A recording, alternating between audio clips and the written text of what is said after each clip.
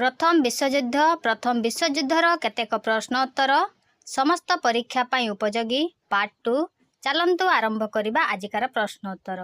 आजिकार प्रथम प्रश्न, प्रथम विश्वयुद्ध समय रे तुर्कीर उस्मानी राजवंशर शासन केबे समाप्ति घटिला? 1922, 1923, 1925, 1927।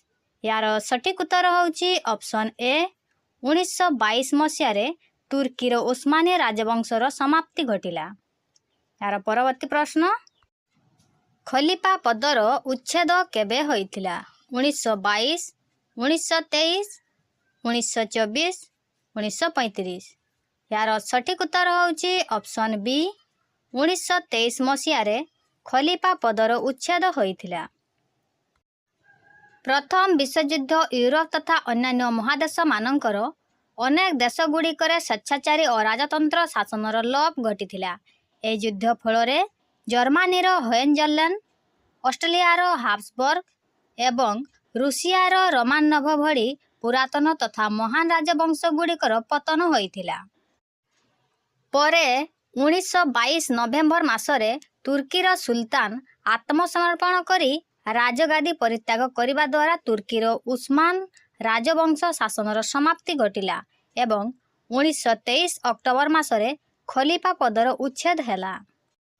एहा व्यतीत पोलैंड, बुल्गेरिया, चेकोस्लोवाकिया और फिनलैंड रे एकछत्रवादी शासनर अंत घटिला। परवर्ती प्रश्न, जर्मनी रे होहेनजोलेन राजवंशर शेष शासक किए थिले? यार उत्तर होउची काइजर द्वितीय विलियम हेउचंती जर्मनीर होहेनजोलेन राजवंशर शेष शासक। परवर्ती प्रश्न, ऑस्ट्रिया रे हाब्सबर्ग वंशर शेष शासक किए थिले? यार उत्तर होउची सम्राट फ्रांसिस जोसेफ हेउचंती ऑस्ट्रियार हाब्सबर्ग वंशर शेष शासक। जर्मनी रे होहेनजोलेन वंशर शेष शासक थिले काइजर द्वितीय विलियम। ऑस्ट्रिया रे हाब्सबर्ग वंशर शेष शासक थिले सम्राट फ्रांसिस जोसेफ। रूसिया रे रोमानोव वंशर शेष शासक थिले जार द्वितीय निकोलास एवं तुर्की रे शेष सुल्तान थिले षष्ठ मोहम्मद वाहिदल दीन और शेष खलीफा थिले अब्द अल मजीद।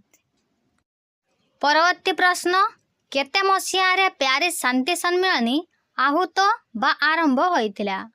Option A 1919, option B 1922, option C 1923, option D 1924। यार सठिक उत्तर होउची ऑप्शन ए 1919 मसीह प्यारिस शांति सम्मेलन आहूत बा आरंभ होइथिला। 1919 जनवरी 18 तारिख रे आहूत बा आरंभ प्यारिस शांति सम्मेलन रे केवल विजयी राष्ट्र और सेमानंक सहयोगी राष्ट्र प्रतिनिधि माने जोग देइथिले।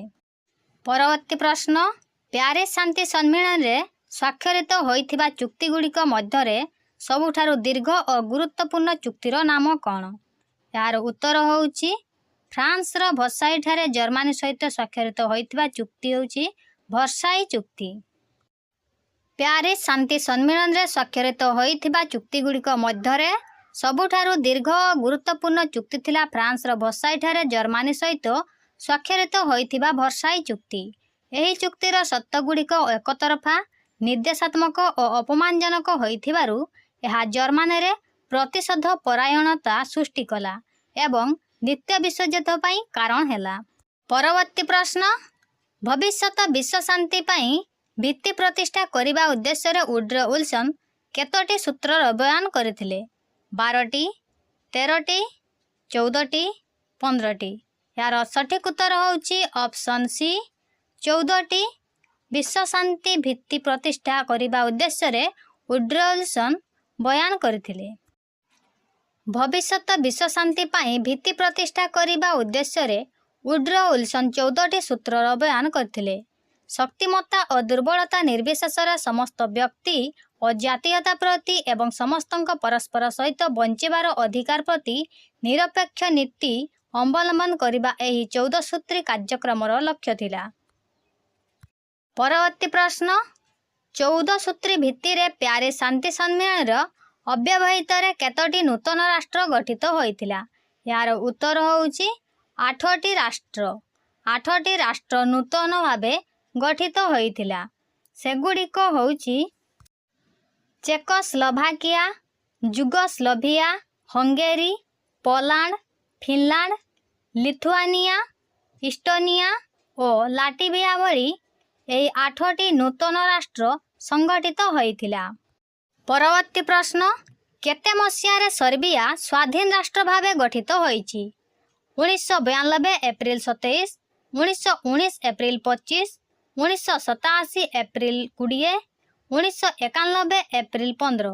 ଏହାର ସଠିକ୍ ଉତ୍ତର ହେଉଛି ଅପସନ୍ ଏ 1992 ଏପ୍ରିଲ 27 ତାରିଖରେ ସର୍ବିଆ ସ୍ୱାଧୀନ ରାଷ୍ଟ୍ର ଭାବେ ଗଠିତ ହୋଇଥିଲା। ପରବର୍ତ୍ତୀ ପ୍ରଶ୍ନ, ମଣ୍ଟେନିଗ୍ରୋ କେବେ ସ୍ୱାଧୀନ ରାଷ୍ଟ୍ର ରୂପେ ଗଠିତ ହୋଇଛି? 2003 ଜୁନ୍ 5, 2004 ଜୁନ୍ 7, 2005 ଜୁନ୍ 10, 2006 ଜୁନ୍ 3। ଏହାର ସଠିକ୍ ଉତ୍ତର ହେଉଛି ଅପସନ୍ ଡି 2006 ଜୁନ୍ 3 ତାରିଖରେ ମଣ୍ଟେନିଗ୍ରୋ ସ୍ୱାଧୀନ ରାଷ୍ଟ୍ର ରୂପେ ଗଠିତ ହୋଇଛି। ବର୍ତ୍ତମାନ ଚେକୋସ୍ଲୋଭାକିଆ ନାମରେ କୌଣସି ଦେଶ ନାହିଁ। ଚେକୋସ୍ଲୋଭାକିଆ 1993 ଜାନୁଆରୀ 1 ତାରିଖରେ ଚେକ୍ ସାଧାରଣତନ୍ତ୍ର ଓ ସ୍ଲୋଭାକିଆ ନାମକ ଦୁଇଟି ସ୍ୱାଧୀନ ରାଷ୍ଟ୍ରରେ ବିଭାଜିତ ଏବଂ ଯୁଗୋସ୍ଲୋଭିଆ ବିଭାଜିତ ହୋଇ 1992 ଏପ୍ରିଲ 27ରୁ ସର୍ବିଆ ସ୍ୱାଧୀନ ରାଷ୍ଟ୍ର ଗଠିତ ହୋଇଛି। ପରବର୍ତ୍ତୀ ପ୍ରଶ୍ନ, ପ୍ରଥମ ବିଶ୍ୱଯୁଦ୍ଧରେ ପ୍ରତ୍ୟକ୍ଷ ଭାବେ କେତେ କୋଟି ଟଙ୍କା ଖର୍ଚ୍ଚ ହୋଇଛି? ଏହାର ଉତ୍ତର ହେଉଛି ପ୍ରାୟ 100 କୋଟି ଟଙ୍କା ପ୍ରଥମ ବିଶ୍ୱଯୁଦ୍ଧରେ ପ୍ରତ୍ୟକ୍ଷ ଭାବେ ଖର୍ଚ୍ଚ ହୋଇଛି। ପ୍ରଥମ ବିଶ୍ୱଯୁଦ୍ଧ ଯୋଗୁଁ ହୋଇଥିବା ବିପୁଳ ପରିମାଣର ଆର୍ଥିକ କ୍ଷତି, ଅପଚୟ ଓ ବିନାଶ ଉଭୟ ବିଜେତା ଓ ବିଦିତ ରାଷ୍ଟ୍ରମାନଙ୍କ ଅର୍ଥନୈତିକ ଅବସ୍ଥା ଉପରେ ବିଶେଷ କ୍ଷୟକାରୀ ପ୍ରଭାବ ପକାଇଥିଲା। ଉଭୟ ପକ୍ଷ ଯୁଦ୍ଧରେ ବହୁ ଅର୍ଥ ଖର୍ଚ୍ଚ କରିଥିଲେ। ଏହି ଯୁଦ୍ଧରେ ପ୍ରତ୍ୟକ୍ଷ ଭାବେ ପ୍ରାୟ 100 କୋଟି ଟଙ୍କା ଖର୍ଚ୍ଚ ହୋଇଥିବା ବେଳେ ପରୋକ୍ଷ ଭାବେ ହୋଇଥିବା ଖର୍ଚ୍ଚର ଅଟକଳ କରିବା ସମ୍ଭବ ହୋଇପାରିନାହିଁ।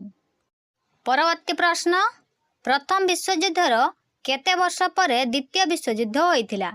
ଏହାର ଉତ୍ତର ହେଉଛି ମାତ୍ର 20 ବର୍ଷ ପରେ ଦ୍ୱିତୀୟ ବିଶ୍ୱଯୁଦ୍ଧ ହୋଇଥିଲା। ଆମ ଚ୍ୟାନେଲକୁ ଲାଇକ୍, ସେୟାର, କମେଣ୍ଟ ଏବଂ ସବସ୍କ୍ରାଇବ୍ କରିବାକୁ ଜମାରୁ ଭୁଲିବେନି।